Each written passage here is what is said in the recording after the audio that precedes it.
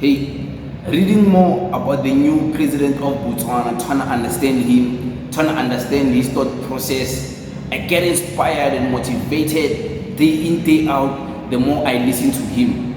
This man is not all about the old age systems like socialism, capitalism. He wants to advance and create his own systems that is going to benefit him and the African people based on the needs of the country. You know, like in South Africa, we have political parties, whether it's the EFF, whether it's the ANC, whether it's the DA, whether it's the MK party, they're projecting themselves as we're going to bring a socialist system, we're going to bring a communist system, we're going to bring a capitalist system, we're going to make it a double-picking capitalist socialism system. He is not all about that. Do you want to know what he's all about? Because he just rejected those two systems. Listen to this, you'll understand. History does not offer us any blueprints. History offers us counsel and examples of how to do things and how perhaps not to do them. So those who think we go to history and we find some system complete, we call it capitalism. We bring it and we apply it. Or we find some system complete, socialism. They are wrong, plain and simple. We have to identify solutions, sometimes brew them here, that work for our context.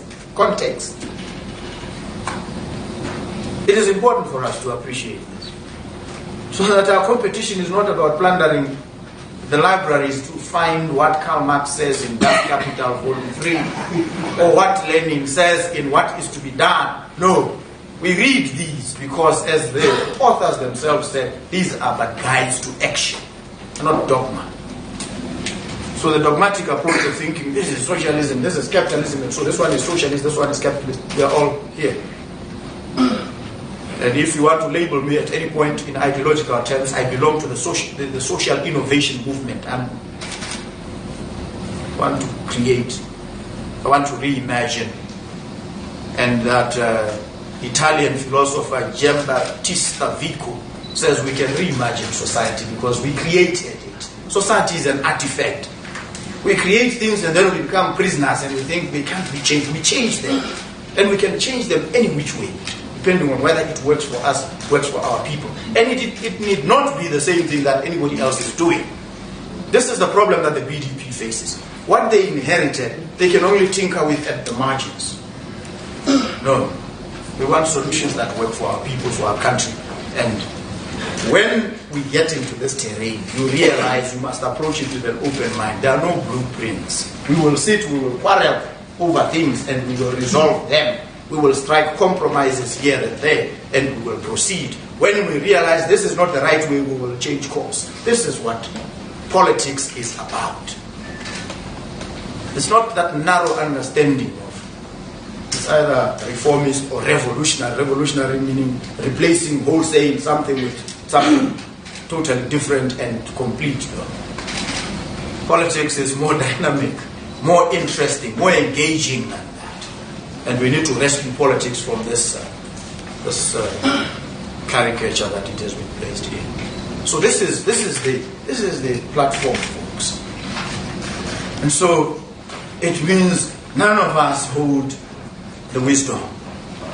All of us must find the wisdom.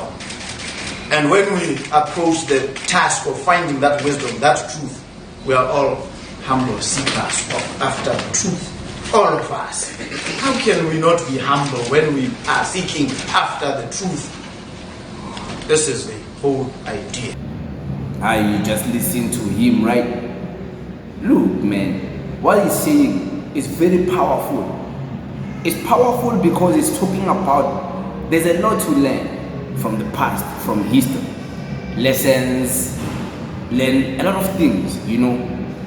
But you don't necessarily have to do the same thing that was done in the past exactly the same way. You can learn a few things from a system of capitalism, from a system of socialism. But do you necessarily have to implement all the policies that make the best of the best system of socialism? You don't have to. Capitalism, 100% capitalism, you don't have to. But you can take something from what works best for capitalism in the context of your own country. In this conversation speaking about Botswana, you can take few things. He's saying he's a socialist innovator. He's an innovative leader going with the times. All these systems, socialism, communism, capitalism, these systems are systems of the past. Can't you create your own system and call it Bokoism? So Twala, this guy is the one, I'm telling you. This guy is the one. I'm very motivated, very inspired, because I'm one of the young people who like to think high of my thoughts, high of my ideas. I like to think and believe my ideas can change the world tremendously, so because I have that power to think something deeper than average people can think. But it's not for me to boast. It's just for me to show you why I'm inspired by this guy. Because this guy has become the new leader. You can only imagine the future plans he has for Botswana. And Botswana is only a small country. Don't forget, Botswana is not like South Africa. It's not as big as South Africa. Botswana is not as big as America. Botswana, last time I checked through the stats of 2023, it has a population of 2.8 million people. But I'm sure by now it's already 3 million plus people, because that stat was done in 2023. I was reading a 2023 stat. Now it's 2024 going to 2025. I'm sure the population has increased, because I also hear the people of Botswana, they don't play when it comes to the bed. They don't just have sex for fun. They also make kids. So I'm sure the population is continuously increasing. So Botswana can be his project, for him to do anything with it.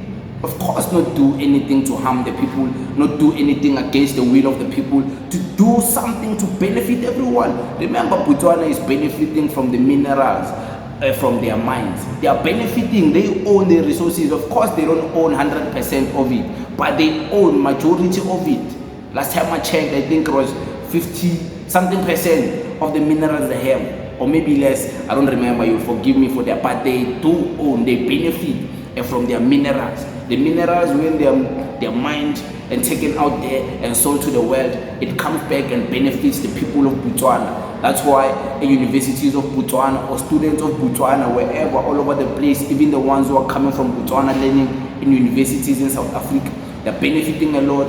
They have iPads, they get money, they're funded by the government of Botswana. You know, maybe in South Africa you can translate it and say maybe it's like NSFAS for us, but for them it's something else. They call it something else. So you can only imagine what this guy has in store for the future. And it's just been recently elected. Donald Trump has been recently elected. With all the flops that are happening in South Africa, the government of South Africa is flopping. So he has an opportunity to outshine and outsmart the government of the next country in his.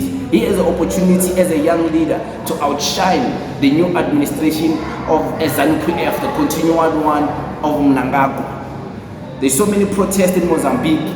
He has an opportunity to lead the SADC, because there's not much chaos in Botswana and people are happy with him.